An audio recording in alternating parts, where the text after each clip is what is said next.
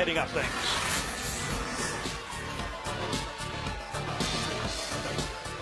All right, Pete, thank you so much. Nice job out of you guys, and a nice job out of the Toronto Raptors, who have a 2-0 lead in a postseason series, if you can believe this, for the first time in franchise history. This is Game Time, presented by Kia. Complete post-game coverage.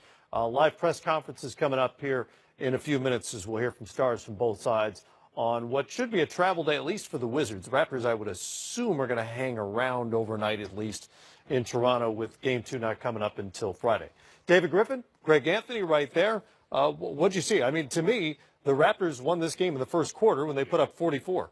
Yeah, you're exactly right. And what's got to be perplexing from Washington's standpoint is not that they lost, but to your point, the fact that they didn't start the game with a sense of urgency that a team that had just gotten throttled you would expect to see. So that has to be a little bit disconcerting for Scott Brooks. However, from that point on, they played a lot better. It's just that they still, though, the formula, and you heard Steve Smith talk about it, they just aren't defending. I mean, they're giving up 122 points a game in this series. I don't care who you are. You're not going to win that series if the defense doesn't find a way to improve. You would expect it will going home, but the question now is this going to be a similar series to what we saw last year from the Wizards, where they were able to take Boston to 7 games? Toronto, I think, a little bit better team than what we saw from last year's version of the Celtics. Well, and I think Washington had a little bit more coming out of those first 2 games to build on. They knew what their strengths were. You're Washington. You shot 49% on the road. You shot 46 from 3. You had more assists than Toronto. You had 26 assists on 42 field goals. You only had 9 turns. And you never had a chance to win the game. We're never in it. Never in it. Yeah. You gave up 90% from the free throw line. Yeah. 44 points in the first, but they had 3 quarters of 30-plus against Washington. So if you're Washington, yeah, I agree with everything that was said. I think Steve said that well. They need to get Gortat going. I think that's true. I'm a little nervous, though, that one of the things we're hanging our hat on as positive is Ty Lawson's emergence. Yeah.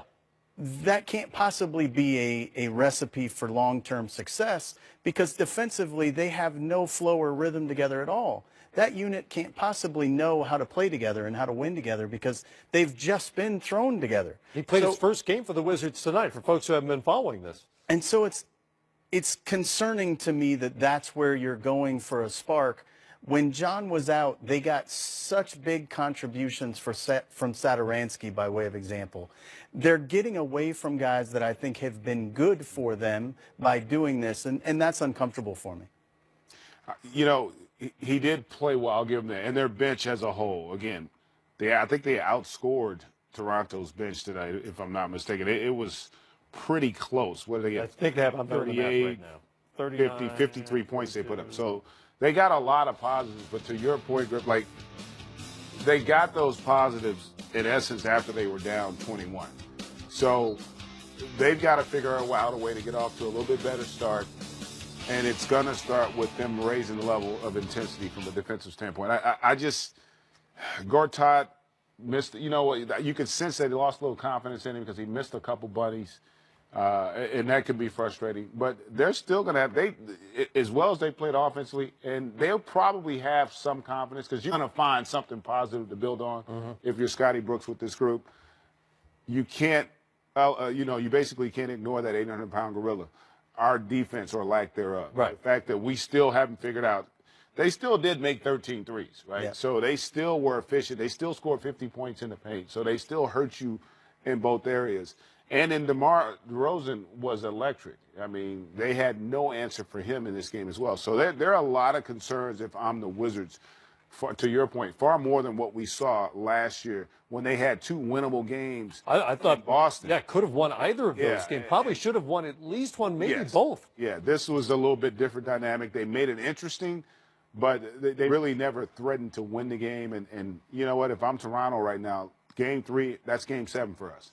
If we figure out a way to come out and match, we know their intensity is going to be high. Right. We get Game 3, this series is over.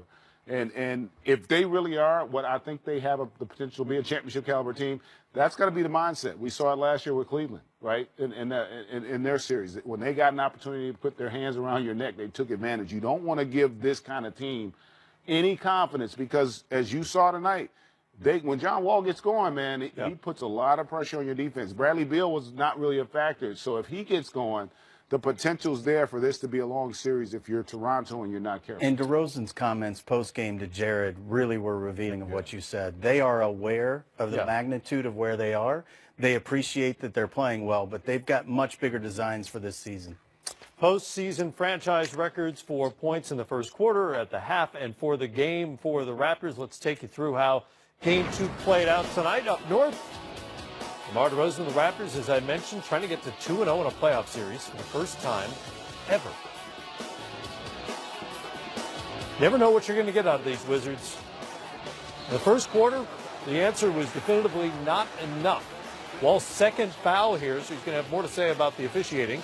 Wasn't happy with it after Game 1. He's not going to be happy with it after Game 2. He and Beal each picked up 4 along the way. Meanwhile, the Raptors set a franchise record with 11 threes in the first half. Yeah, look at the time Valanciunas has to set here. Great point there, Griff. The ball movement, the spacing, the rhythm that they played in that first quarter. I mean, they were about as good as you can be to start the game. Now, it didn't help if you're the Wizards that Beal and Wall both had 2 fouls in that first quarter, but the Raptors, were not to be denied. DeMar DeRozan, he had the feeling along the way, 20 points in that first half. Finished with 37 on the night. And Greg, you said something that really struck with me earlier about guys who can make basketball plays. Toronto has a depth of those guys. You saw Siakam on the draw and kick there. Everybody they're putting into the game is playing unselfishly and for each other, and you can feel that right now. Meanwhile, in the third quarter, John Wall kind of took over for a while. He had 14 of his 29 in the third as the Wizards got to within 10. I mean, he really was terrific. And I did love the response that we got from the Wizards coming out of the locker room, because they could have very easily have wilted. They showed a little bit of fight here in that third quarter. This could have been a turning point. Lucas Nogueira blocked by Wall. What a play by Wall. On the other end, he finds Ty Lawson, who had 14 off the bench in his Wizards debut, and it's a 7-point game. Yeah, and you thought for a moment this was just an incredible block shot by John Wall, who made some electric plays. But that play right there was a tremendous answer, and which led to this opportunity by DeRozan, who was money down the stretch. You don't expect DeLon Wright to restore order with a block on John Wall. Tied his postseason career high with those 37 points. Wizards turn it over here.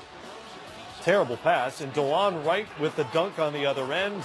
And that kind of quelled any Washington momentum for good. Yeah, but that play, too, kind of symbolizes this series. Toronto worked harder. They won loose ball battles. You watch the Wizards on that play. They watched the action. Toronto made the action, went out and created momentum plays for themselves to seize control of that game.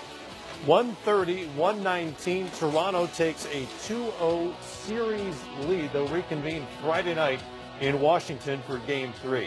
Time for Never Stop, Never Settle, presented by Hennessy. And I mentioned some of those postseason franchise records. 44 in the first.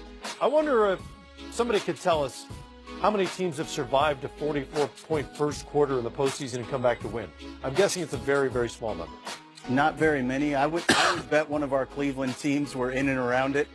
We had a blitzkrieg kind of offense and did have a tendency to take games for granted on the defensive end, but maybe not in the playoffs. So how you got a couple of days to kind of chew on this defensive effort for Washington. You're trying to integrate Ty Lawson, as you mentioned. Well, what's got to change here between Game 2 and Game 3? Well, I think Scott and his staff will get together and they'll talk about what it is they really trust. What do they think they can do well? Who's going to give them the best chance to defend at a high level? You may see them change the lineup a little bit. They've had lineups in the past where Satoransky, Beal, Oubre, Morris, and Scott played together and played the small ball that you saw them play in the fourth quarter, and they were really, really good on the defensive end. So that might be something they'll go back and look, and they'll say, okay, it's only 69 minutes. It's not a great sample, but we've got to find a way to put our best defensive group on the court so that we can at least know what we can trust and what we can count in. All right, we'll take a break. Where you come back, we'll hear from the coaches and, of course, the stars of the game, as well as the Raptors take a 2-0 lead to the nation's capital. This nation, that is, they're coming from Canada. 131.